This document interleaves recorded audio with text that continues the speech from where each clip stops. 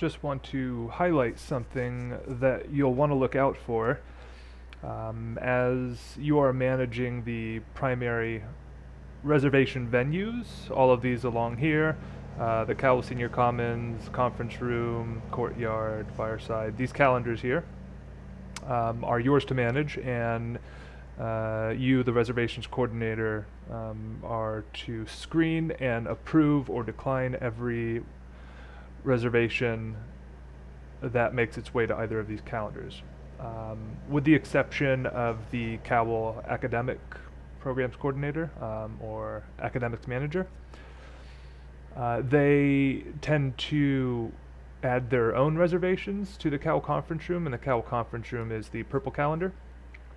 You can see these course sections. They will just add these manually without making reservations through you, the reservations coordinator.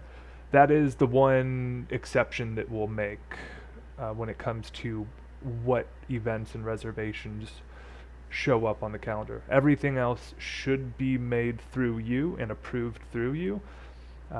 So you can start to see here these unconfirmed reservations in white, like Cal 1, and then down here, Phil 9.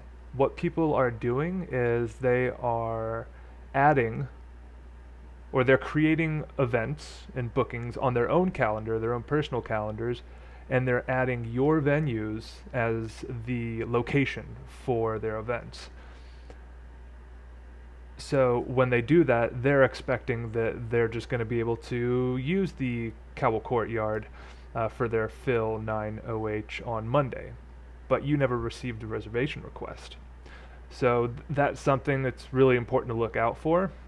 You can set up the Google Calendar to essentially prevent people from being able to do that, being able to add your venues to their personal calendars for their events. Explore that in Google Calendar settings. I'm not sure how to go about it, but I think it can be done.